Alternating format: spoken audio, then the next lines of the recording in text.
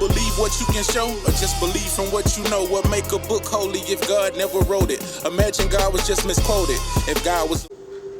So I just want y'all to note that we don't have any testimony from Jesus, brothers and sisters, about what kind of child he was. We don't have nothing from Mary and Joseph grading Jesus on his childhood. But we do see in Luke 2:49 what kind of child he was. So he was missing for 3 days, and when his parents went looking for him. So Jesus asks, why did you need to search? So he's questioning his parents. He asked. He says, first of all, would an obedient child question his parents? How can you be an obedient child if you're questioning your parents? So that's just one strike right there. So he's questioning his parents about why they're looking for him. Right? They are concerned parents looking for their child who has been missing for 3 days. But he's questioning them about why they're looking for him. He says, didn't you know that I must be in my Father's house? Some translations say, didn't you know that I must be about my Father's business? Well, as a kid, as a child, shouldn't you know that a part of the Father's business is obeying your parents? That would be a part of the Father's business, would be honoring your mother and your father and not questioning them, right? So when we get down to verse 51, it says, then he returned to Nazareth with them and was obedient to them.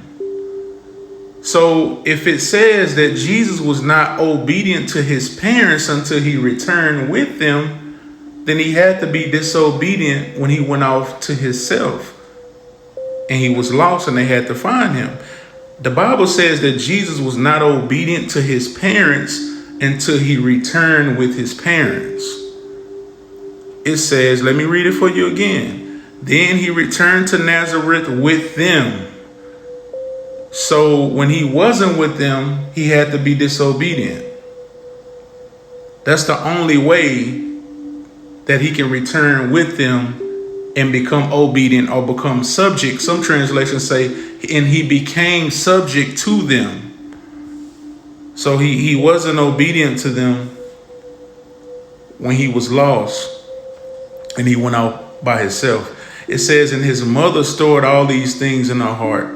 It says, Jesus grew in wisdom and stature and in favor with God. Now, if Jesus was God, how did he gain favor with God?